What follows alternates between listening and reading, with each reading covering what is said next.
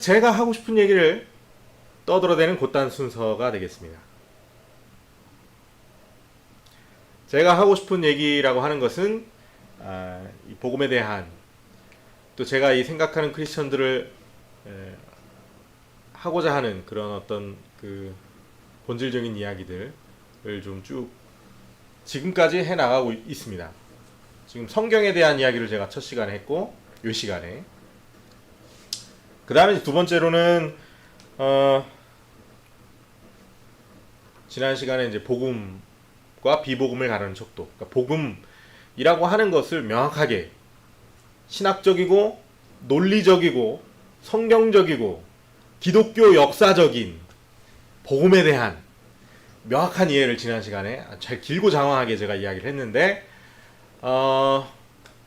사실은 이제 조금 어려운 내용이기 때문에 이야기가 쉽지는 않았을 테지만, 어쨌든 뭐 그 한 타임으로 이해하지 못하더라도 어쨌든 그 내용을 주구장창 제가 주님 나라 갈 때까지 할 거기 때문에, 주님 나라 가서도 그 얘기 떠들어댈 거기 때문에 앞으로 이제 그런 이야기들을 계속 많이 할 것이다 라는 말씀을 좀 드립니다. 지금 밖에 비가 오는데 여기가 그 방음이 전혀 안 되는 곳이라 빗소리가 아마 녹음이 되지 않을까 하는 걱정이 조금 있습니다만은, 그러나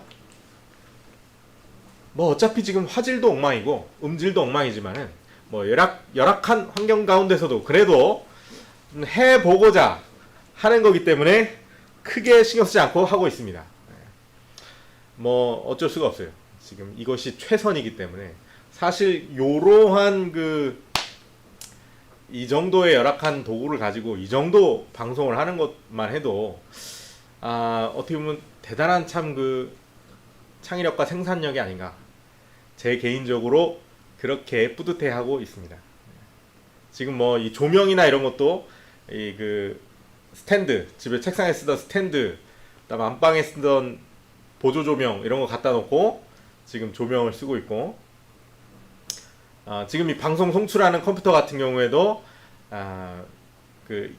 제가 5년 전에 컴퓨터 바꿀 때 그 이전에 쓰던 컴퓨터 부품들 중에서 좀 못 쓰는 거는 버리고 구할 수 있는 것만 이렇게 여기저기서 주워다가 다시 조립을 해가지고 이제 컴퓨터로 방송을 하고 있고, 카메라도 집에 있는 옛날에 6년 전에 샀던 디지털 카메라 미러리스 디지털 카메라를 가지고 지금 방송을 하고 있고, 이 마이크도 옛날에 제가 그 책 읽어주는 남자 때 인터넷에서 15,000원짜리 마이크, 스탠드 마이크 산 거 가지고 지금 하고 있고, 그러나 이 정도 방송을 하는, 그러니까 이게 그 질보다도 이 내용으로 승부하는 거기 때문에 그러나 그렇기 때문에 굉장히 자부심을 가지고 방송을 지금 이 스트리밍을 하고 있습니다. 뭐 누가 들어오건 누가 오지 않고 어쨌든 그건 뭐 운이 좋은 사람은 들어와서 듣고, 더 운이 좋은 사람은 그것을 이해할 테고. 할렐루야, 아멘. 언제든지 혹시 질문이 있으면은 자유롭게 질문해 주시면 대답을 해드리고, 질문이 없으면 오늘 제가 생각했던 건 이제 지난 시간에 이어서 지난 시간에 그 복음에 대해서 이야기를 했단 말이죠. 이번 시간에는 그 복음이라고 하는 것을 이 역사적인 측면에서, 요거는 이제 조금 저의 개인적인 해석이 들어가 있습니다. 저희 개인적인, 지난 시간에는 굉장히 객관적인 이야기를 한 거예요. 제가 지난주에는 아주 객관적인 시각에서 이것은 뭐 믿음이고 뭐고를 떠나서 이게 논리적으로 그리고 현상학적으로 그럴 수밖에 없지 않느냐 라고 하는 것을 연역해 나가는 것이죠. 이건 뭐 아주 과학적인 방법론을 지난 시간에는 이야기를 했던 것이고, 오늘은 물론 역사적인 측면입니다. 그러니까 굉장히 사실에 기반이 돼 있어요. 그러나 저의 개인적인 이 해석도 첨가되어 있는, 근데 역사 해석이라고 하는 건 뭐 그럴 수밖에 없는 거죠. 그죠? 역사라고 하는 것은 다 해석이 들어가 있을 수밖에 없기 때문에 그럴 수밖에 없지만은 어쨌든 그런 관점에서 이야기를 좀 해보려고 합니다. 그러나 지금 카메라가 계속 초점이 흔들리기 때문에 카메라 초점을 한 번 더 맞추고 한번 진행을 해보겠습니다. 카메라 초점을 어떻게 맞춰야 되나?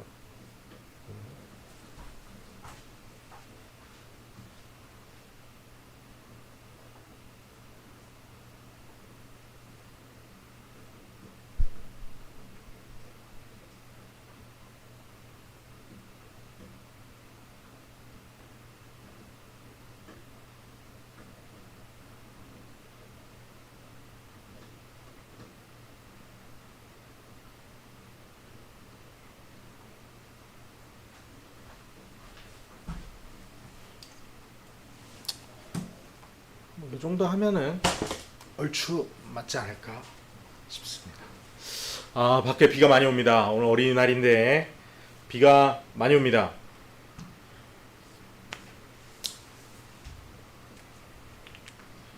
역사적인 이야기를 좀 해보도록 하겠습니다. 이거 뭐 사실 제가 지난 시간에 복음을 이야기하고 복음에 대해서 깨닫고 난 다음에 제가 대단히 초창기 때부터, 그러니까 신학교를 처음에 들어가지 않습니까? 들어가서 이제 교회사 공부를 하는데, 지금으로부터 8년 전입니다. 그때부터 제가 이것을 알고 굉장히 놀라웠습니다. 그러니까 이것은 사실은 역사 과학적인 이야기라기보다는 대단히 저의 주관적인 해석이 담겨져 있는 교회사에 대한 신학적인 해석인데, 그러나 듣고, 사실 우리가 역사를 왜 봅니까? 아주 그냥 기본적으로 우리가 그냥 문화적으로 인문학적으로 역사라고 하는 것은 사실 현대 역사도 마찬가지예요. 뭐 현대 역사학이라고 하는 분야도 마찬가지인데 결국은 뭐 레이몽 아롱이라는 뭐 역사학자부터 시작해 근대 역사를 현대 역사를 열었던 문을 열었던 그런 인문학자들이 하는 말은 뭐냐면은 결국 우리의 현재를 해석하고 미래를 예측해보는 것을 위해서가 아니라면은 역사 연구라고 하는 것은 의미가 없다라는 것이죠. 그렇지 않습니까? 그죠? 역사를 우리가 왜 알아야 될까요? 그것으로 말미암아 우리의 어떤 민족적 자부심, 그리고 현재의 어떤 정치적인 입장들, 그리고 우리의 어떤 정체성, 우리 국민으로서의 정체성, 나로서의 정체성, 혹은 더 크게 보면 어떤 생명, 종으로서의 정체성, 어쨌든 뭐라든 간에 다 현재와 관련이 있죠. 그리고 그런 것들은 왜 필요한가요? 내가 어떠한 삶을 살아야 되고 어떠한 선택을 해야 되는지, 현재를 제대로 해석할 수 있어야 내가 어떤 선택을 할 수 있는지를 알 수 있기 때문에 중요해지죠. 그죠? 그렇기 때문에 사실 역사 연구, 역사학, 우리가 역사를 되돌아본다라고 하는 것은 전부 다 현재와 관련이 있고 그리고 미래와 관련이 있는 것입니다. 우리의 선택과 관련이 있다는 것이죠. 단순히 객관적인 역사를 연구하는 것 자체는 의미가 있습니까? 없습니까? 이런 것들을 배제한다면 현재의 어떤 정체성을 얻거나 미래에 대한 통찰을 얻기 위해서가 아닌 그냥 객관적인 역사, 그건 사실 우리가 연구하지 않아도 이미 있는 겁니다. 그죠? 우리가 그걸 연구하지 않아도 이미 있었어요. 역사는 있었습니다. 우리가 연구하지 않아도. 그죠? 그러나 우리가 그것을 연구하는 것은, 우리가 알려고 하는 것은 현재를 해석하기 위한 것이죠. 자, 이제부터 복음의 역사를 한번 보도록 하겠습니다. 그렇다면 현재 지금 작금의 한국교회의 복음의 상황, 그리고 지난주에 이야기했던 그 복음이라고 하는 것이 얼마나 타당한지, 그리고 앞으로 주님 오실 날까지의 먼 미래를 우리가 어떻게 통찰해 볼 수 있는지를 목적으로 해서, 그것을 지향점으로 해서 복음에 대한 역사를 한번 보도록 하겠습니다. 대단히 주관적으로 해석해 보도록 하겠습니다. 복음이 어디 나오나요? 복음. 처음에 복음. 사도 바울에게서 나옵니다. 사도 바울이죠. 복음이 먼저 예수 그리스도의 로기아에도 복음이 암시가 돼 있죠. 그러나 문제는 뭐냐면은 그걸 아무도 알아듣지 못했다는 게 문제죠. 그죠? 예수님께서 분명히 복음을 이야기하신 대목들이 있습니다. 있어요. 그러나 아무도 그때를 알아듣지 못했어요. 그죠? 그러니까 처음으로 적어도 우리가 알아들을 수 있게끔, 그리고 또 예수님께서 하신 말씀들이 복음이었구나라고 하는 것을 깨달을 수 있게끔 해준 어떤 신학적인 복음으로서, 그리고 실제적인 우리의 어떤 믿음으로서의 복음으로서 그러한 복음 제시는 사도 바울에 의해서 제시가 됐다고 봐야 됩니다. 실제로 이거는 이제 성경 연구가들이 대체로 이렇게 보고 있습니다. 뭐 조직 신학에서도 그렇고 기독교의 신학은 사도 바울부터 시작되는 거죠. 자, 사도 바울이 복음을 이야기했습니다. 우리가 그 로마서에서도 볼 수 있지만은 사도 바울은 사실은 그 세계 전도 여행을 다녔죠. 1차, 2차, 3차에 걸쳐서 전도 여행을 다녔고 뭐 4차를 갔다고도 안 하고 요즘에는 이제 안 갔다, 4차까지는 안 갔다 라고 이제 의견이 좀 좁혀졌는데 사도 바울이 그렇게 전도 여행을 다니면서 사실은 그 한 곳에 정착하지 못하고 아주 그렇게 여기저기 그 방랑 생활을 유랑 생활을 했었던 데에는 사실 바울 서신 여기저기에 암시가 되어 있습니다. 그 암시라고 하는 것은 우리 그 성경 신학자들이 연구해 봤을 때 바울이 왜 이렇게 돌아다녔냐? 한 곳에는 지드간이 있지 못하고 로마면 로마하고 다 있어가지고 거기서 쫙 펼치지 못하고 왜 이렇게 돌아다녔느냐? 그리고 사실 바울 사후에 베드로나 요한 같은 사도들도 바울을 따라서 돌아다녔어요. 원래는 그렇지 않았거든요. 걔는 바울이나 요한 사도 같은 경우에는 그 주로 예루살렘 교회에 머물러 있었고 그리고 그 이후에는 안디옥으로 이동했고 그러나 이제 그 대체로 추정되기에는 바울 사후에는 그들도 여기저기 그 돌아다녔다라고 전해지고 있습니다. 이 사도 바울이 왜 그렇게 돌아다녔느냐? 그것은 무엇이냐면 이제 그 복음이라고 하는 메시지의 어떤 통일, 전 지구적인 통일을 이루기 위해서 끊임없이 돌아다닌 것으로 추정됩니다. 이것은 그 바울 서신 여기저기에 그러한 맥락과 그러한 암시들이 여러 차례 등장하고 있습니다. 그래서 성경 학자들이 연구해 볼 때 바울이 그렇게 돌아다니는 이유는 물론 이제 편만하게 복음을 전하기 위해서라는 아주 중요한 목적도 있었지만 사실 그러한 목적을 가지려고 했었던 어떤 제일 요소 중에 하나가 바로 복음의 통일이었다는 거죠. 복음 통일. 복음의 통일입니다. 통일. 그러니까 왜냐하면 바울이 처음 간 교회들을 대체로 갔었죠. 그러니까 1차, 2차 전도여행 때는. 그러나 사실 바울이 그 바울 서신은 다 이미 바울이 갔던 교회들에 전하기도 했고 로마서를 예외로 하자면은 그리고 그 외에도 바울이 여행 중에 끊임없이 자기가 이미 개척한 교회들에도 계속해서 재차 방문을 했던 것을 우리가 알 수가 있죠. 그죠? 신약 성경을 통해서. 왜 그랬냐면 끊임없이 이 복음을 곡해하고 왜곡하려고 하는 세력들이 있었고 그래서 바울이 복음의 통일을 이루려고 했던 목적성이 그의 그 유랑 생활에 대단히 큰 그 동기 중에 하나로 작용을 한 것으로 보여집니다. 그렇다면은 누가 왜 어떻게 감히 그때 당시 이 퍼지고 있었던 교회 복음, 에클레시아, 그 다음에 이 유앙겔리온 뭐 이런 것들 이 엄청난 거 아닙니까? 그때 당시에는 예수님께서 부활하시고 승천하시고 그때 당시에 그 그리스 로마 그레코 로마 지역에 복음이 퍼져나가는 것은 뭐 엄청난 그 속도와 규모로 퍼져나갔기 때문에 그런데 그 와중에 그 끊임없이 복음이 왜곡되고 곡해되었단 말이죠. 사실 이것은 신약 성경을 보면은 그냥 대충 봐도 누구나 다 알 수 있는 문제입니다. 우리가 쉽게 알 수 있잖아요, 그죠? 우리가 사도행전만 봐도 끊임없이 복음이 서로 충돌합니다. 바울이 어디 갑니까? 예루살렘에 갑니다. 그리고 우리가 그 유명한 사도행전에서 1차 공의회라고 불려지는 예루살렘 회의가 열리죠. 바울과 베드로와 요한, 야고보 이런 사람들이 모여가지고 네가 전하는 복음이 맞네, 내가 복음 전하는 복음이 맞네. 이런 걸 가지고서는 서로 논쟁을 했단 말입니다. 그리고 나서 통일을 이루죠, 바울이. 그리고 그럼에도 불구하고 그들이 음식을 핏째 먹지 말라, 그리고 가난한 자들을 도와라, 뭐 이런 것만은 좀 당부를 했다, 뭐 이렇게 기록이 돼 있기도 하고 그렇습니다. 근데 이제 거기에만 기록되어 있는 게 아니고 그 갈라디아서에도 기록이 돼 있죠. 예루살렘에 있는 그 사도들 베드로와 요한과 야고보 이런 사람들과 바울이 좀 논쟁을 했던 복음을 가지고 논쟁을 했던 것들이 좀 보입니다. 실제로 베드로 전후서에 보면은 베드로 전서인가요? 베드로 전서에 보면 베드로가 이 바울의 복음의 어떤 논리적인 맥락을 전하는 것은 이 바울에게 이렇게 넘기고 있는 모습이 실제로 보입니다.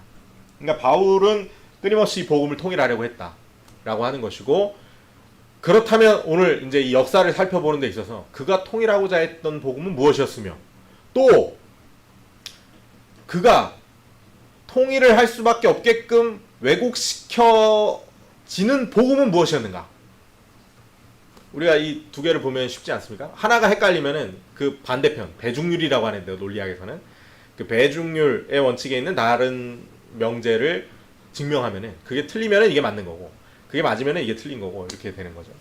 그게 이제 그 귀류법이라고 하는 그 과학적 연구 방법인데 이 신약 성경에 등장하는 복음에 왜곡되는 사례들은 뭐 여러 가지가 있죠, 그죠? 뭐 대표적으로 보면은 우리 그 율법주의자들, 뭐 할례를 행해야 된다든지 뭐 이런 형식주의자들이 있을 수 있습니다. 그 다음에 또 누가 있냐면 영지주의자들이 있습니다. 그죠? 그냥 뭐 그 아주 신비하고 영적인 뭐 예수 그리스도의 성육신을 부정한다든지 대표적인 교리들이죠, 그죠?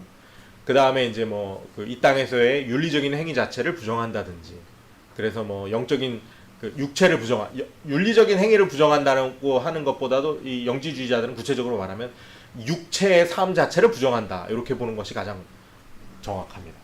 그런 거라든지 뭐 그런 것들이 여러 가지가 있겠다라고 생각이 들 수 있는데 우리가 오늘 이 시간에는 사실 그런 것들이 한 가지로 통일될 수 있다. 어떤 것으로? 복음과 반대되는 것으로. 자, 그것이 무엇입니까? 복음과 반대되는 것. 자, 복음. 지난주에 이야기했죠. 복음은 무엇이었냐면, 복음. 어휴.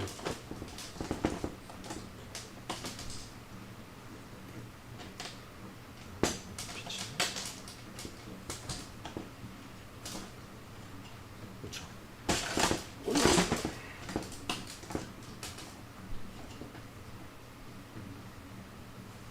자, 복음이라고 하는 것은 뭐였냐면은 내가 죽었다는 거죠. 왜 죽었습니까? 죄인이라 죽었다는 거죠. 그 죄인이라고 하는 건 무슨 뜻이었습니까? 하나님과 다르다는 거였죠. 그렇죠? 하나님과 다르다. 내가 하나님이 아니기 때문에 하나님과 다르고 하나님과 다르고 그렇기 때문에 하나님과 함께 할 수 없다. 왜? 하나님은 항상 동일한 분이니까. 하나님과 다른 존재와 하나님이 함께 할 수 없었죠. 그죠? 그래서 어떻게 됐다? 그래서 죽었다. 그래서 죽었죠. 그죠?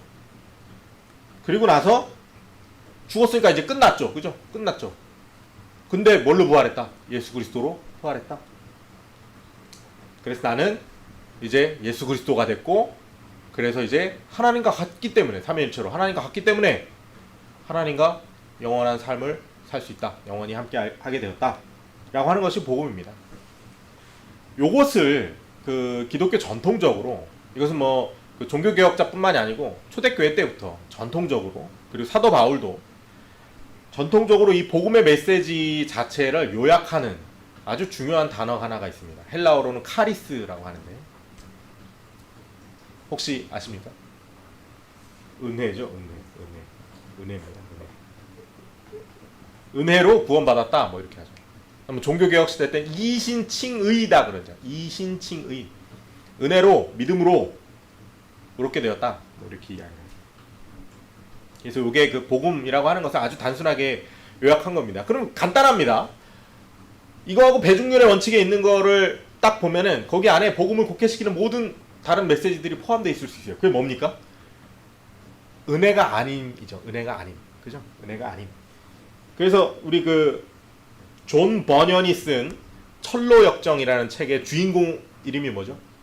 원래 주인공 이름이 은혜 없음이었습니다. 그레이스니스. 은혜 없음이었는데 그 주인공이 예수 그리스도를 믿고 난 다음에 어떻게 됐습니까? 그레이스가 되죠. 은혜 있음이 됐습니다. 은혜 있음. 은혜 있음. 그러니까 그렇게 요약이 된다는 거죠. 복음. 그러니까 복음에 반대되는 것은 은혜가 없다는 겁니다. 은혜가 없다는 거. 자, 이것을 지난 시간에 했던 메시지로 지난 시간에 논증했던 거로 살펴보자면은 뭡니까? 복음과 반대되는 거. 하나님이 나를 판단하시는 하나님이다 라고 생각하는 거죠. 이게 은혜 없음입니다. 은혜 없음. 은혜 있음은 그러면 지난 시간에 했던 대로 하면 하나님은 나를 판단하지 않으시는 하나님입니다. 왜? 더 이상 판단하지 않으십니다. 왜? 이미 판단해서 심판받았으니까. 이미 그 할 도리를 다 마쳤으니까. 그렇죠. 이미 죗값을 다 받았으니까. 끝! 그래서 뭐만 남았다 이제? 화해하고 함께하고 사랑하는 것만 남았다 라는 거죠.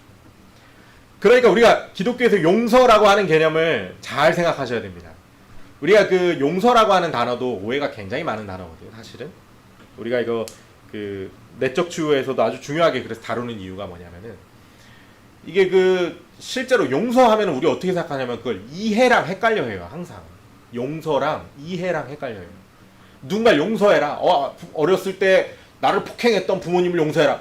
그러면은 그걸 그래요. 부모님도 그때 힘드셨고 어려웠지. 그래서 내가 말 안 들으니까 나 딸 마지막 했으니까 때렸던 거야. 이게 내가 다 이해해. 이게 아니거든요. 이게 아니에요. 그건 용서가 아니죠.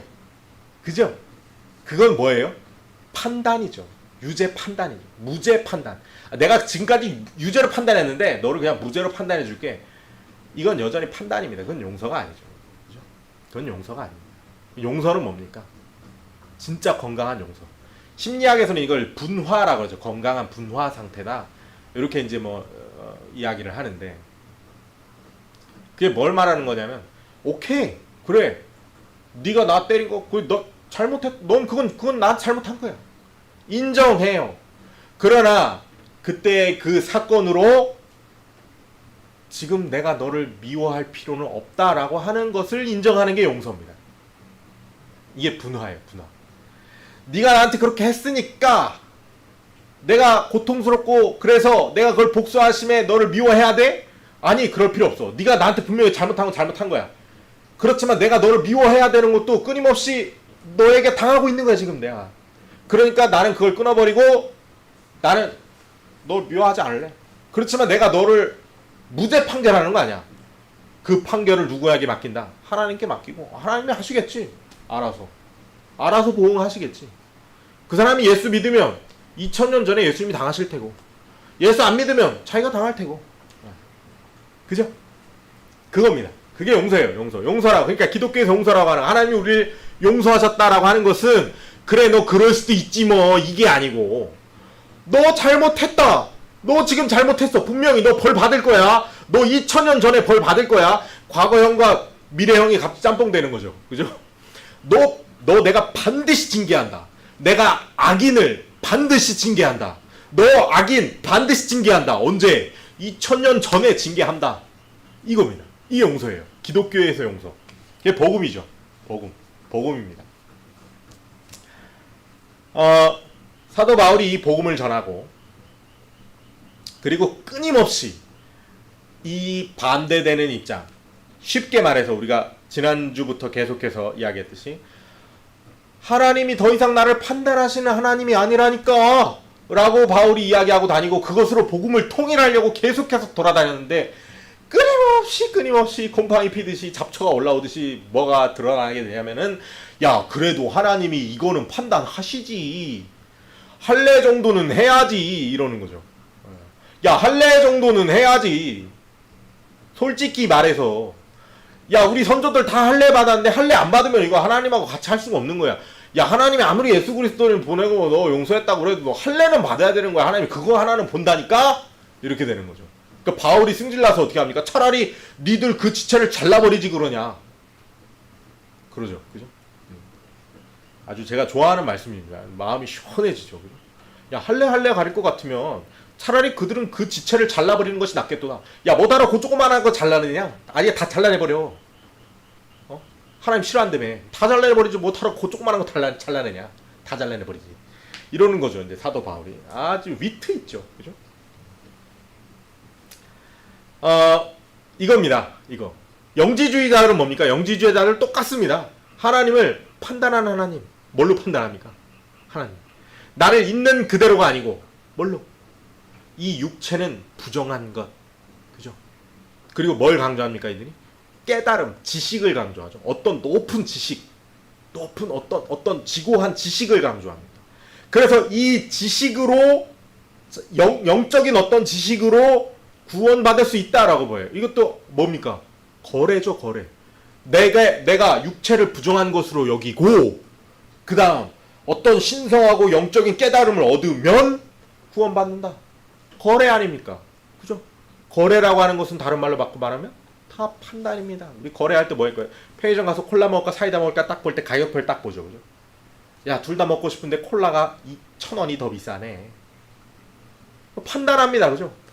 그죠? 우리가 당근마켓 딱 열어갖고 이거 사고 싶은 건데 딱 눌렀는데 가격이 얼마? 야, 이 사람 이거 완전히 논팽이. 막 이렇게 되죠. 야, 이거 엄청 싸다. 그러면 벌써 팔렸고. 판단합니다. 판단.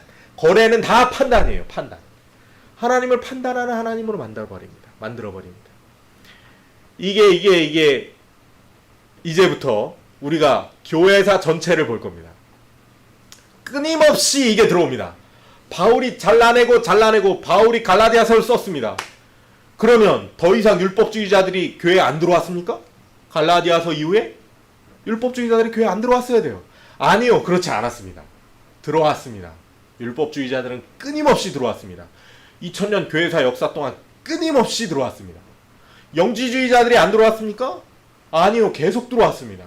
영지주의자들은 끊임없이 들어왔습니다. 요한사도와 야고보 사도가 요한 1, 2, 3서 쓰고 야고보서 썼죠? 영지주의 대항하기 위해서 쓴 거거든요. 영지주의가 그거 썼다고 해서 없어졌습니까? 지금도 있죠. 구원파. 영지주의잖아요. 그죠? 그런 영지주의자가 있단 말입니다. 계속해서. 그걸 써보냈으면서도. 그걸 볼 겁니다. 그거. 교회사에서 계속해서. 사도 바울이 갈라디아서를 썼고, 갈라디아 교회들은 갈라디아 서신을 받고 율법주의자들을 분별해 냈을까요? 못했을까요? 냈습니다. 그러니까 갈라디아서가 지금까지 남아있는 거예요. 그들이 갈라디아서를 받고 이게 뭔 말이냐 하고서는 몰랐다면 갈라디아서가 지금 우리한테 남아있으니 만무하겠죠. 왜냐하면 갈라디아서는 바울의 손을 떠나서 갈라디아 교회로 간 거니까. 거기서 걔네들이 알아들었으니까 지금 그거를 사본을 남겨가지고서 우리까지 있는 것이지. 그걸 몰랐으면 그건 없어졌겠죠. 그죠? 그냥 알아들었을 겁니다. 그러나 문제는 세월이 지나고 세대가 바뀌고 그게 잊혀진다는 게 문제입니다. 그 해석이 곡해된다는 게 문제입니다. 그렇죠? 얼마 못 갑니다. 1세기 후반, 그 다음 2세기 초 중반 들어서면 기독교의 이단들이 우후죽순처럼 생겨납니다. 뭐 셀 수 없이 많은 이단들이 생겨납니다. 그렇죠? 아주 대표적으로는 뭐 영지주의를 중심으로 해가지고 이단들이 등장하기 시작하는데 뭐 말시온이라든지 뭐 이런 사람들도 등장합니다. 그러면서 교회 박해가 함께 시작이 되죠. 교회 박해가 함께 시작이 되다 보니까 초창기에는 사실은 이단을 충분히 논박할 수 있는 어떤 자료들이나 신학적인 토대들이 심각하게 마련되어 있지 않았어요. 그러나 문제는 이제 아예 없었던 건 아니고, 왜냐하면 뭐 이제 1세기 후반이나 2세기 초반에 있는 뭐 디다케라든지 이런 것들을 보면은 이 이단 사도들을 구별해내는 아주 짤막한 것들이 있습니다. 근데 그런 것은 뭐 신학적인 것이라기보다는 그들이 돈을 많이 요구한다든지, 그렇지만 현대에도 굉장히 이런 것들이 중요할 수 있죠, 그죠? 그들이 돈을 너무 많이 요구한다든지, 그 다음에 너무 오랫동안 묵으려고 한다든지, 뭐 이런 것들. 그런 것들을 통해서 야, 걔네는 그건 가짜 사도니까는 치워버려라, 이런 이야기가 이제 디다케라고 하는 그 책에 이제 기록이 돼 있기도 합니다. 재밌죠? 지금도 여러분 사실 이 디다케의 내용을 적용하자면은 이단이 대단히 많아질 수 있겠죠, 그죠? 현대에도 대단히 많아질 수 있을 겁니다. 돈을 많이 요구한다든지, 그죠? 디다케에는 그렇게 써 있어요. 그러면은 걔는 가짜 사도니까 치워버려라는 거죠. 딱 자기의 진짜 사도들은 딱 자기의 필요한 경비만큼만 달라고 그런다. 다음 장소로 이동할 경비만큼만 달라고 그런다. 그러나 가짜 사도들은 더 달라고 그런다. 이런 거죠, 그죠? 그러니까 이제 우리가 현대에도 적용을 해볼 수도 있는 것 같습니다. 재미있는 여담이었고, 어쨌든 좀 굵직한 이야기를 해보자면은, 교회 탄압이 초대교회 때 시작이 되면서 교회에서 이제 어땠을 것 같습니까? 이제 로마 제국이 교회를 탄압한단 말입니다. 그러니까 이제 사람들을 막 잡아가고 고문하고, 그때 당시 뭐 유명하잖아요. 뭐 네로라고 하는 아주 미친 황제 같은 경우에는 기독교인들을 아주 심하게 고문하고 사자하고 싸움시키고, 그 다음에 막 시체에 불을 붙여갖고 가로등으로 쓰고 막 그랬다고 그러죠. 아주 그 이루 말할 수 없는 잔인한 그 장면들이 있습니다. 그러면 어떨까요? 여러분들 한번 생각해 보세요. 우리가 한번 생각해 봅시다. 우리도 크리스찬이니까, 그들도 크리스찬이었고 우리도 크리스찬이니까, 우리가 그런 시대 가운데 태어나고 크리스찬이었다면 솔직히 우리가 물론 그래도 내가 순교하겠다, 그럴 수 있죠. 저도 그럴 것 같아요. 그러나 문제는 아주 우리 범 사회적으로 봤을 때, 그리고 인간적으로 봤을 때, 솔직히 내가 당당하게 순교한다고 해도 무서운 건 무서운 겁니다. 그죠? 내가 순교할 수 있어요. 그러나 무서운 건 무서운 거죠. 무서운 건 무서운 거죠. 막상 붙잡혀서 목에 칼이 들어왔을 때는 그래 내가 죽으면 죽으리라 하고 나갈 수도 있습니다. 믿음이 강하면. 그죠? 그렇지만 그러한 시대적 배경 자체가 주는 그 심각한 압박과 두려움은, 그건 이루 우리가 상상할 수가 없는 겁니다. 그죠? 그렇잖아요. 그 시대.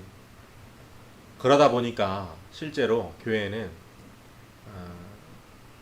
두 종류의 그 구성원들이 파생되게 됩니다. 한쪽에서는 붙잡히고 고문을 당합니다. 그리고 풀려나기도 하고, 그리고 사자밥이 돼서 죽기도 합니다. 유배를 가기도 하고. 붙잡았다고 해서 무조건 죽이지 않았어요. 왜냐하면 자꾸 죽여서 순교자가 나가니까 그 순교자를 영우시하면서 성도들이 더 많이 생겨요. 그래갖고 로마 제국에서 무조건적으로 죽이지는 않았습니다. 그러나 끔찍한 고문을 시행했다고 합니다. 그게 더 무서운 거죠, 사실. 그죠? 그 고통을 이겨내야 한다는 거예요. 그러다 보니까 그 고문을 당하고, 우리 독립운동할 때처럼 고문을 당하고, 그럼에도 불구하고 순국하신 분들처럼 순교를 하신 분들이 있고, 그리고 또 한편에서는 그것이 너무 무서워서 잠시 잠깐이지만은 내 마음의 진심을 내려놓고 내가 예수님을 믿지 않겠다고 그렇게 시인하고 풀려난 사람들도 상당수 있었겠죠. 그죠? 있었겠죠. 자, 그러면 교회 분위기가 애매해집니다. 같이 교회에 모였어요. 누구는 두려움에 벌벌벌 떨고 있습니다. 누구는 벌써 손이 한 짝이 없거나 눈이 한쪽이 없거나 고문을 당해가지고 만신창이가 된 불구자가 돼서 그 앞에서 주님 하고 기도를 하고 있고, 한쪽에서는 두려움에 떨면서 나는 안 잡히려고, 잡히면은 빠져나가고 거짓말하고, 그리고 앉아 있습니다. 주님하고 앉아 있습니다. 교회 분위기가 묘합니다. 자연스럽게 교회 분위기가 어떻게 흘러갑니까? 시대가 지날수록 10년이 지나고 20년이 지나고 무려 400년 동안 교회가 핍박을 당합니다. 어떻게 됐겠습니까? 야, 예수님이 성경에 뭐라고 그랬어? 나를 따르는 자는 자기 십자가를 지고 나를 따르라 그랬지? 로마의 인간적인 고문이 무서워가지고 거기서 배교한 사람들, 니네는 자격이 없어. 그거는 예수님을 2번 십자가 못 박는 거야. 그리고 나서 니네가 교회에 나와? 이런 사람들이 있습니까? 없습니까? 그런 생각이 들 수 있습니다. 그렇잖아요. 그죠? 야, 진짜 예수님을 믿는다면, 그래, 저렇게 순교하고 저렇게 고문당해도 배교하지 않고 저게 진짜 성령 받은 사람이겠다. 쟤는 조금 아리송한데, 이런 생각이 드는 거죠. 드는 겁니다. 그죠? 그러니까 이제 그 교회 안에 그런 분위기가 퍼지고, 그리고 그런 것이 시간이 지나고 지날수록 더 뭐가 됩니까? 이제 그런 것이 점점 공공화되기 시작합니다. 설교 시간에 그런 이야기들이 나돌기 시작합니다. 한 번씩 얹어가 주기 시작합니다. 그러면서 뭐가 등장합니까? 신학이 등장합니다.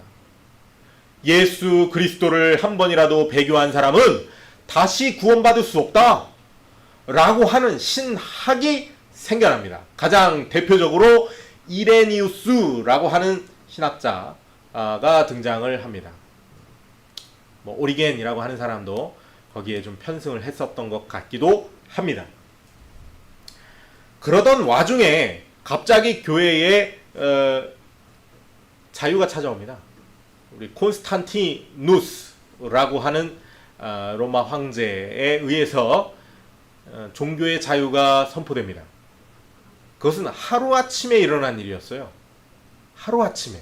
종교의 자유는 뭐 점진적으로 야, 이 정도면 이제 자유롭다 하다가 야, 이제 자유해라 이게 아니고 그냥 어느 날 갑자기 밀라노 칙령이 떨어졌습니다.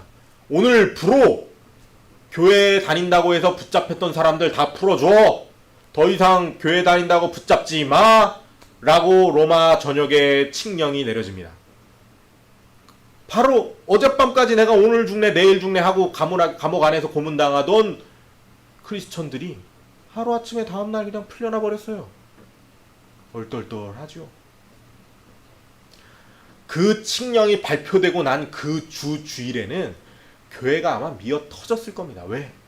그동안에 두려워서 그 다음에 고문당하느라 못 왔던 수많은 성도들이 그 주의 그 자유를 껴안고 주님 승리하셨네 호산나를 부르면서 교회에 몰려왔지 않겠습니까? 그죠? 그때의 교회 분위기가 굉장히 오묘했을 겁니다. 절반은 불구자요. 절반은 배교에서 안 나왔던 자들이요. 이거 뭐 누가 진짜네? 야 이거 솔직히 이쪽에서는 솔직히 죄책감이 있죠. 그래 내가 그동안에 사실은 내가 교회 나오고 싶었는데 고문이 무서워서 못 나갔는데 또 한쪽에서는 야 쟤네 꼴드배기 싫으니까 쫓아버려라 이랬을 수도 있겠죠. 어떤 사람들은. 그죠? 물론 그렇게 안 했을 겁니다. 그렇게 안 했을 텐데 어쨌든 그러나 그런 사람들이 있었습니다. 대표적으로 이레니우스 같은 사람들. 배교한 사람들은 교회에 나오지 못하게 해야 된다. 그래서 실제로 로마 전역에 있는 여러 지역 교회에서 그러한 그 교칙을 시행하기도 했습니다. 배교했었던 사람들 자유 찾아왔다고 교회에 나오는 걸 못 보겠다. 니네는 교회 못 나와? 했던 그런 지역 교회들이 상당히 있었습니다. 이 문제가 시끄러워지니까 공의회가 열리죠. 결국은 역사에서 어떻게 됩니까? 누가 등장합니까? 히포의 어거스틴, 아우구스티누스라고 하는 초대 유명한 교부가 탄생합니다. 그리고 그 교부가 이레니우스 논박을 통해서 뭘 끄집어냅니까? 별거 있습니까? 이겁니다. 이거 은혜. 사도 바울이 말했던 은혜. 아우구스티누스, 어거스틴, 히포의 주교 어거스틴이 이렇게 이야기합니다. 구원은 오직 은혜로 받는 것이지 예수 그리스도의 보혈의 피와 은혜로 받는 것이지 행위로 받는 것이 아니다. 따라서 내가 배교를 했든 내가 고문을 당했든 나의 공로나 나의 실수가 나의 구원을 결정하는 것이 아니다. 왜? 그 둘은 항상 모순될 수밖에 없으니까. 그렇잖아요. 조금이라도 내가 한 행위가 거기에 포함이 되어야 한다면 예수 그리스도의 공로는 그만큼 축소될 수밖에 없습니다. 그렇죠. 1차적으로 중요한 건 뭐예요? 거기서? 예수 그리스도의 공로입니까? 아니죠. 나의 그 조금이 중요한 거죠. 예수 그리스도의 공로가 99.9%를 담당한다고 하더라도 나의 0.1%가 없으면 내가 구원받을 수 없다라고 하는 것은 뭐가 더 중요한 겁니까? 나의 0.1%가 훨씬 중요한 거예요. 아무리 신학적으로 그건 0.0001%밖에 안 된다니까 라고 말을 한다고 해도 그게 실제로 훨씬 중요한 거예요. 왜 그렇습니까? 예수 그리스도의 99.9%라고 말할 수 있는 부분들은 이미 다 끝난 일이에요. 그건 예수 그리스도가 이미 다 마련해 놓은 일이잖아요.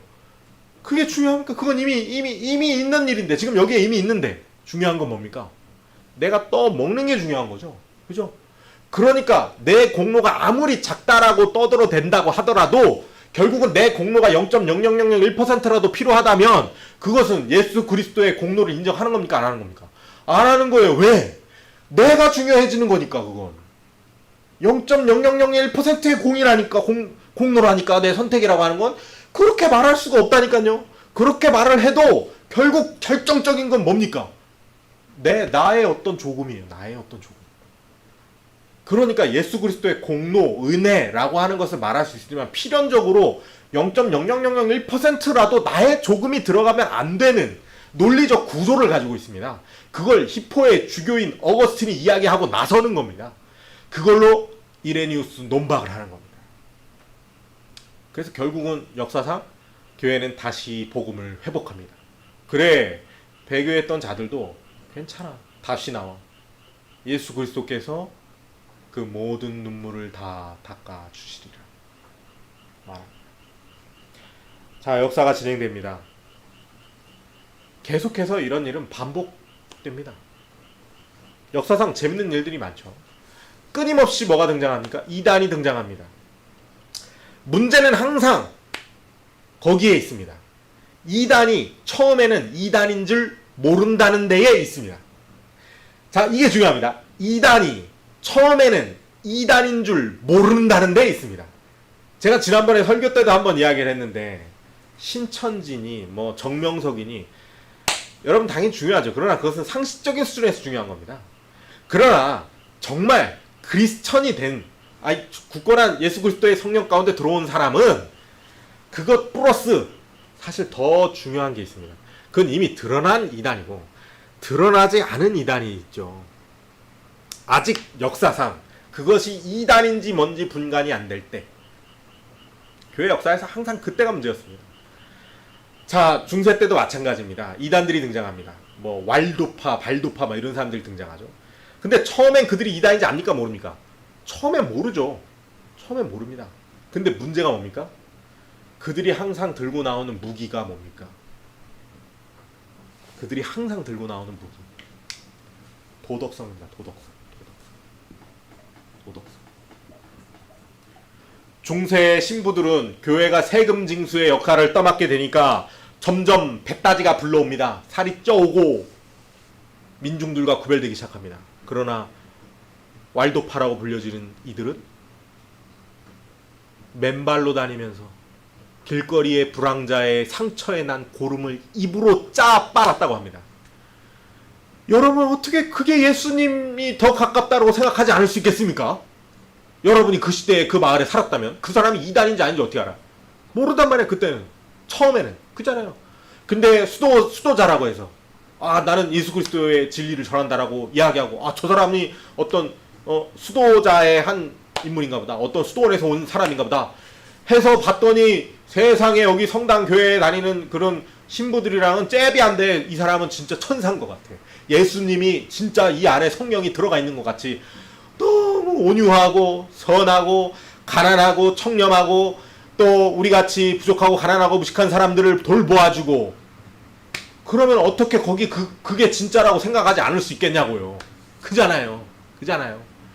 규모가 커지게 됩니다. 그들은 심지어 뭐도 안 합니까? 결혼도 안 해. 왜? 육체적인 욕구를 내가 십자가에 못 박기 위하여. 나는 정욕을 십자가에 못 박고 나는 예수님처럼, 사도 바울처럼 결혼하지 않고 살겠다. 이단의 수가 유럽에서 너무 많아지니까, 그러니까 카톨릭에서 어떻게 합니까? 카톨릭의 아주 유명한 대제이죠. 샤를 마뉴 대제가 카톨릭 예하에 있는 모든 신부들에게 명령 내립니다. 야, 니네도 결혼하지 마. 이제부터. 그 제 기억에 11세기인가 그렇습니다. 9세기인가 11세기인가 아리까리 9세기였던 것 같습니다. 그 이단 때문에 그런 거예요. 그 이단, 왈도파 이단 애들이 결혼 안 하고 걔네가 성도가 너무 많아지니까, 규모가 커지니까, 아무리 카톨릭에서 걔네 이단이라니까 해도 사람들이 돌아올 생각을 안 해. 왜? 딱 봐도 걔네가 더 청렴하고 더 착하고 걔네 결혼도 안 하고 그러잖아. 그러니까 샤르마니 대제가 칙령을 딱 내려가지고, 야, 앞으로 카톨릭 신부들도 다 결혼하지 마. 그래서 결혼 안 하게 된 거예요. 그때부터 카톨릭 신부들이 결혼 안 하게 된 거예요. 그 이전까지는 그런 거 없었습니다. 다 결혼했어요. 왜? 요한 사도도 결혼했습니다. 베드로도 결혼했습니다. 그잖아요. 예수님이 베드로한테 너 이혼하라고 안 그랬습니다. 그죠? 그런 말 안 했습니다. 사도 바울도 고린도전서에서 결혼하는 것도 좋고 그렇지만 안 하는 것이 낫겠다 이랬지. 왜냐? 몸이 고달플 거니까. 결혼하면은, 결혼하신 분들, 특별히 결혼생활 힘드신 분들 이해할 수 있는데, 어쨌든 그렇다는 거죠. 그죠? 그래, 그때부터 결혼 안 하는 겁니다. 여러분, 점점 뭐가 됩니까? 이제 점점 진짜 신앙인이냐, 진짜 크리스천이냐, 저 사람의 말이 진짜 진리냐 아니냐를 판별하는데 어떠한 요소가 끼어들기 시작하는 겁니까? 도덕, 윤리, 저 말을 하는 사람이 얼마나 착한 놈인가, 얼마나 나쁜 놈인가, 이것을 통해서 진리치를 결정하려고 하는 그러한 생각들이 생기게 된 겁니다. 그러한 생각들이 생기게 된 겁니다. 벌써 싹수가 보이기 시작하죠. 이제 어떻게 됩니까? 이제 좀 있으면 면죄부 팔아야죠. 면죄부 판다는 건 신학적인 배경이 뭐가 되는 겁니까? 공로주의가 되는 겁니다. 공로주의. 공로주의. 사도 바울이 갈라디아서를 통해서 격분하면서 때려박았던 율법주의의 새로운 형태입니다. 공로주의. 성인들의 공로가 남아서 그 남은 것을 가지고 너희들이 나누어 가질 수 있다 라고 하는 것이죠. 그래서 공로주의가 등장하기 시작합니다. 그래서 면죄부 파는 거죠. 야, 공로를 돈으로 사라. 그래서 C.S. 루이스는 이것을 이렇게 표현하기도 했습니다. 너희들이 하늘나라에 가고 싶냐? 그러면 착하게 살아야지 임마. 근데 제일 착하게 사는 게 뭐야? 교회를 위해 사는 거지. 그러면 교회를 위하는 건 뭐냐? 교회에 돈을 바치는 거야. 그러니까 너희 교회에 돈을 바쳐. 그러면 내가 너희 뒤를 봐줄게. 이렇게 되는 겁니다. 이게 면죄부의 정책입니다. 그래서 뭐가 탄생합니까 이제? 종교개혁이 시작되죠. 종교개혁. 마틴 루터 종교개혁자에 의해서 95개조 반박문이 걸리게 되면서 유럽 전역에서 종교개혁이 일어납니다. 종교개혁의 모토는 무엇입니까? 다시 은혜로, 다시 복음으로, 오직 믿음으로, 그 다음 오직 성경으로, 오직 성경이라고 하는 것은 그 성경에서 말하는 이 복음을 이야기하는 겁니다. 다시 돌아가자는 거예요. 다시. 그래서 개신교가 탄생했고, 그 다음에 가톨릭도 이제 그 반종교 개혁을 통해서 이 복음을 어느 정도 회복을 하게 됩니다. 공로주의는 다시 교회 역사에서 뒷전으로 사라지게 됩니다. 그러나 완전히 사라졌나요? 그렇지 않죠. 그렇지 않죠. 종교개혁 시대 때도 이미 그 싹수가 보이기 시작합니다. 우리 루터, 칼빈 말고 찌빙글리라고 하는 스위스에서 종교개혁을 했던 또 한 파의 유명한 종교개혁자가 있습니다. 근데 그 찌빙글리의 제자들이 있었어요. 그 제자들은 그때 당시에 종교개혁가들, 위대한 뭐 루터나 칼빈이나 찌빙글리 같은 종교개혁자들이 진정한 종교개혁을 꾀하지 못했다라고 생각했습니다. 왜 그렇습니까?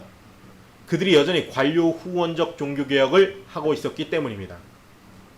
즉 여전히 카톨릭으로부터 완전히 벗어나지 못한 모습, 즉 초대교회로 완전히 돌아가지 못한 것과 같은 모습이 보였다는 겁니다. 그들이 그렇게 생각한 이유는 무엇입니까? 그들이 여전히 관료 후원을 받고 있고, 그 다음에 어떤 관료적인 제도 안에 종교의 자유가 아닌, 관료적인 제도 안에 개인의 신앙이 아닌 관료적인 제도 안에 신앙을 가두려고 했었던 것 때문이죠. 그건 진정한 신앙의 모습이 아닌 것 같은데 라고 생각했습니다. 그때까지 좋았어요. 그러나 그것이 점차 어디로 퍼집니까? 비관료 후원적 종교개혁가들 사이에서 어느 방향으로 흐르게 되냐면 청렴, 결백, 도덕, 청백리 이러한 것들과 다시 결부되기 시작합니다. 야, 니네가 종교개혁을 말해? 그러면 윤리적으로 도덕적으로도 다시 초대교회 때 그 청렴함으로 돌아가야지. 대체 그게 뭔지 모르겠습니다. 어쨌든 그렇게 외치고 다니는 사람들이 종교개혁 시대 때에도 싹을 틔우기 시작하는 겁니다. 그러면서 뭐가 탄생합니까? 감리교가 탄생하는 겁니다. 감리교가 거기서 탄생하는 거예요. 그 뿌리에서 탄생하는 겁니다. 그 뿌리에서. 우리 침례교 전신에서는 일반 침례교가 있는데요. 그게 감리교 알미니우스 주의에서 나오는 거거든요. 근데 그 칼빈주의, 알미니우스주의 이게 구원의 서정 문제에서 갈리는 것이 아니고 아주 본질적인 부분에서는 여기서 갈리는 겁니다. 여기서 인간의 행위를 공로로 인정을 하느냐 마느냐 바로 여기에서 갈리는 거예요. 이게 결정적인 포인트입니다. 다른 것들은 거기서 다 연역되는 겁니다. 그러면서 이 알미니우스주의자들이 뭐랑 엮이게 되냐면 이제 그 19세기 자유주의 교회들과 엮이게 되죠. 나중에는. 근데 이제 실제로 여러분 교회사 역사를 보면 재밌는 게 19세기 되면은 유럽 전역에서 칼빈주의의 90%가 사라집니다. 자유주의가 다 먹습니다. 어떻게 먹습니까? 이거 들고 나오는 거예요. 또 별거 있나요? 도덕성. 야, 믿기만 하면 다 성도가 견인해갖고 구원받는다고? 웃기는 소리 하지마. 선하게 살고 착하게 살고 그리스도인답게 살아야지. 그래야 구원받는 거야. 무슨 뭐 예수님 믿기만 하면 다 성도의 견인으로 구원받는 칼빈주의 똑같은 소리 하고 했는데, 똑바로 살고서는 그런 얘기를 해야지. 똑바로 살고. 이겁니다. 여기에 다 넘어가는 겁니다. 여기에 다 넘어가는 거예요. 여기에 90%가 사라집니다. 그래서 어쩔 수 없이 20세기에 뭐가 등장하는 겁니까? 무디가 등장하는, D.L. 무디가 등장하는 겁니다. 근본주의가 거기서 등장하는 겁니다. 그러니까 근본주의는 복음주의를 안고 처음에 등장해요. 복음주의 운동입니다. 복음주의 운동. 20세기 초반에. 복음주의 운동이에요. 자유주의에 대항한 복음주의 운동입니다. 아니, 인간의 공로가 아니라 오직 예수 그리스도의 십자가 은혜에 감복하고 거기에 감격할 때만 구원받는 거라니까? 그러면서 뭘 이야기합니까? 세대주의, 그 다음에 복음 뭐 이런 것들 이야기하죠. 근데 거기서 벌써 정치와 결탁합니다. 그 사람들. 그래서 거기서 빠져나오는 게 이제 신복음주의 계열이라고 하는 것이 빠져나오게 되는 것이죠. 신복음주의는 야, 복음주의라고 떠들어대 갖고 나왔는데 근본주의 알고 보니까. 그래서 신복음주의자들이 빠져나오죠. 야, 근본주의라고 갖고 문자주의 그게 중요한 게 아니야. 복음이 중요한 거지. 이게 신복음주의는 뭐냐면은 무슨 새로운 복음이 있다는 얘기를 하는 것이 아니고 그 근본주의로 변질된 그 복음주의 운동과 구별하기 위해서 그냥 뉴자를 갖다 붙인 거거든요. 그 사람들이 이야기하는 건 뭐냐면은 야, 복음이 근본주의는 아니잖아. 복음은 복음이지. 근본주의는 아니잖아. 그래서 그 사람들이 신복음주의자들. 자, 교회사에서 등장했던 끊임없는 이 복음과 비복음, 복음을 곡해하는 세력들 간의 이 싸움을 봤습니다. 자, 그러면 우리의 역사를 왜 본다 그랬죠? 처음에? 지금 현재를 보기 위해서 본다 그랬죠? 현재를 보기 위해서. 자, 현재를 보겠습니다. 지금 현재. 우리 아까 처음에 구분했던 것처럼 율법주의 계통, 그 다음 영지주의 계통 있겠죠, 그죠? 있겠죠. 율법주의 계통 뭡니까? 아직도 인간의 뭐가 필요하다, 공로가 필요하다. 우리가 지난 시간에 얘기했던 대로 본다면 하나님을 어떤 하나님으로 상정한다? 판단하는 하나님, 뭔가 판단하는 하나님으로 상정하고 있다. 그럼 벌써 게임 끝났습니다. 지난 시간에 영상을 다시 보시면 아시겠지만, 그럼 끝난 거예요. 게임 끝난 거예요. 그죠? 끝난 거. 하나님이 판단하시는 하나님이다. 여전히 판단하시는 하나님. 자, 한번 생각해 보시기 바랍니다. 아직 이단으로 드러나지 않았습니다. 역사에서. 언제 이게 이단으로 정제될지 모르겠습니다. 200년 뒤, 300년 뒤? 그래, 그 시대 때, 그 21세기 그 시대 때 한국교회의 그 수많은 종파에서 떠들어내는 그러한 신학들은 이단이었다. 그때 분명히 그럴 때가 올 겁니다. 왜? 역사에서도 계속 그게 드러났어요. 그게 계속 드러났습니다. 놀랍습니다. 놀랍게도 그게 드러났습니다. 처음에는 드러나지 않아요. 은근히 옵니다. 야, 그래, 복음 좋지, 좋아. 근데 야, 너 일주일 동안 삶은 똑바로 살았어? 여기부터 시작합니다. 여기부터. 처음에는 여기부터 시작하는 거예요. 여기부터. 야, 그래, 예수 믿으면 구원 받는 거야. 은혜지, 우리가 은혜야. 그러니까 11조 내야지. 거기부터 시작해요. 처음에. 거기부터 시작합니다. 그러나 벌써 한국교회는 많이 왔습니다. 대놓고 공공화 시켜서 신학으로 만들어내기 시작했습니다. 여러 교단에서, 여러 신학 대학교에서 조직 신학 전공자들이 신학을 만들어냅니다. 바울의 세관점 대표적이죠. 뭘 이야기하는 겁니까? 머무름, 공로, 인간의 행위 이야기하는 겁니다. 이야기하는 겁니다. 고려신학대학교 은퇴 조직신학 교수님 박영동 교수 뭘 이야기합니까? 주를 보지 못할 교인들 뭘 들고 나옵니까? 똑바로 살지도 못하면 구원받지 못한다. 이야기하기 시작합니다. 이야기하기 시작합니다. 2차 세계대전 때 히틀러 암살에 가담하려고 했었다가 실패하는 바람에 33세의 젊은 나이로 죽음을 당한 누굽니까? 갑자기 좀 생각나요. 책이 있는데 제가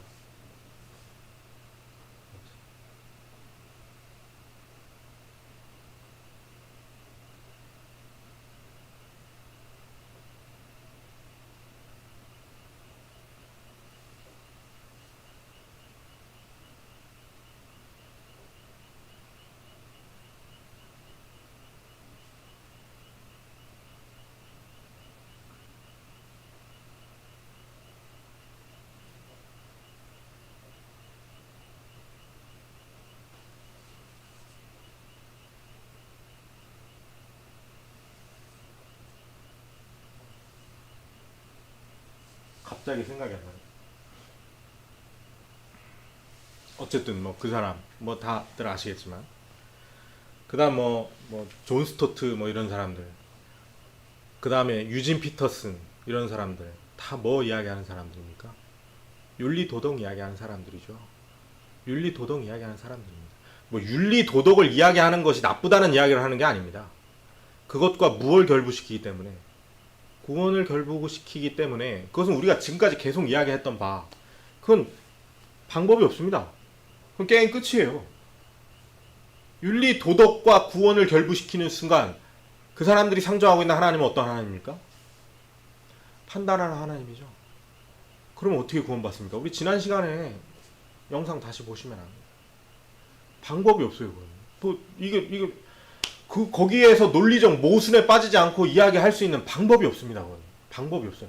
아무리 저도 의심하고 십수년을 제가 거짓말 안 하고 지금 벌써 11년째 복음을 27살에 제가 이 복음을 깨닫고 지금 38살이니까 11년째 그것도 신학교를 8년을 지금 다니면서 끊임없이 고민하고 의심하고 고민하고 다시 생각하고 이게 정말 가능한 것이 아닌가, 내가 잘못된 것이 아닌가 끊임없이 의심했는데 믿고 싶어도 그걸 믿을 수가 없어요.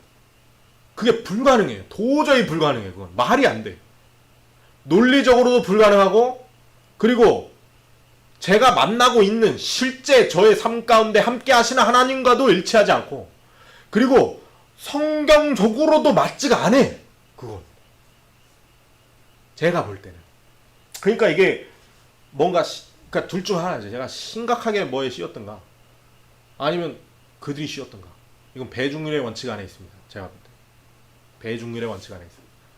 둘 다 맞을 수는 없습니다. 그러니까 우리가 어쨌든 오늘 역사 이야기를 했으니까 현재를 돌아보는 거예요. 현재. 벌써 인간의 행위를 다시 끄집어내려고 하는 그러한 메시지들이 공론화되기 시작했다는 겁니다.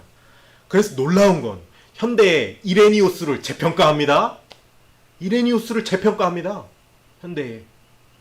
이미 그때는 2단이 되었는데 지금은 2단이 아니에요. 지금 현재는 성자로 되어 있습니다. 그러니까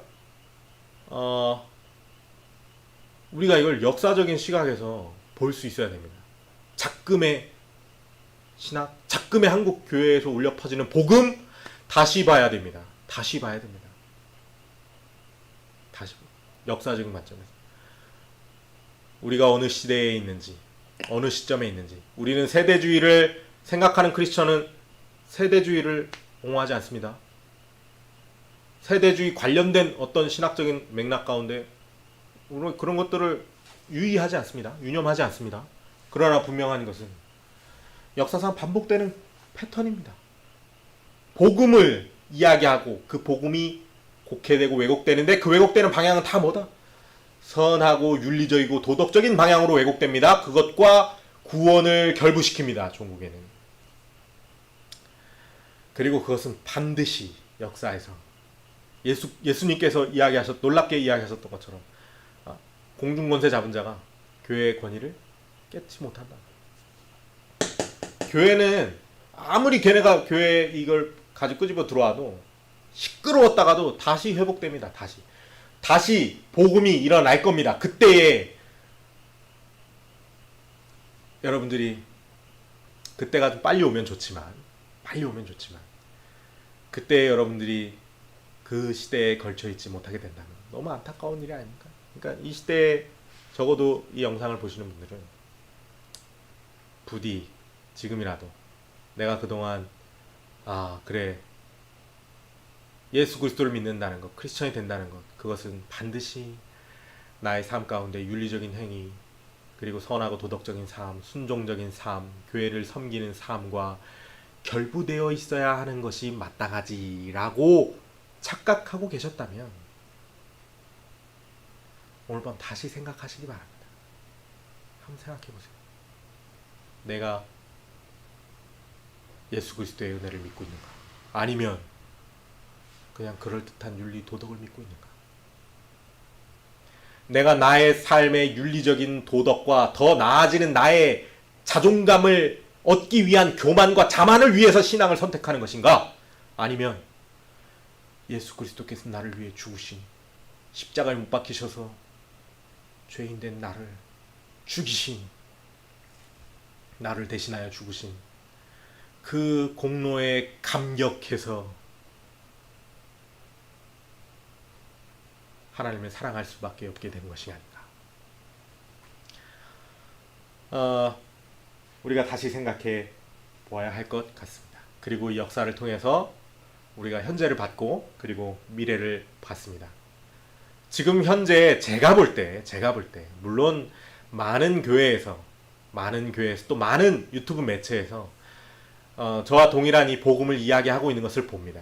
그때마다 너무 반가워서 제가 좋아요도 누르고 구독도 누르고 댓글도 살펴보고, 부디 이것이 그냥 그저 좋은 묵상의 한 편이 아니고 분별을 요하는 복음을 선포하고 있는 것이라는 것을 이 영상을 보는 사람들이 알기를 바랍니다 라고 하는 간절히 기도하는 마음으로 그들을 응원합니다. 그 교회들을 응원합니다. 저 또한 거기에 한 목소리를 더하면서 부디 영상을 보시는 이 메시지를 들으시는 많은 분들이 이 시대 윤리와 도덕과 하나님과 나 사이의 관계를 결부시키는, 하나님과 나 사이에 그 애틋하고 사랑하는 관계 사이에 자꾸만 나의 교회의 윤리적인 내 마음의 나의 연약함의 자꾸 나의 뭐를 갖다 붙이려고 하는 그 악한 개교와 그 어리석음을 분별하시기를 바랍니다. 당장 이번 주 주일날 여러분이 다니는 교회에 갔는데 교단에서 하나님의 말씀으로 선포되는 메시지가 하나님을 판단하는 하나님으로 상정하는 메시지인가 분별하시고, 만약 그렇다면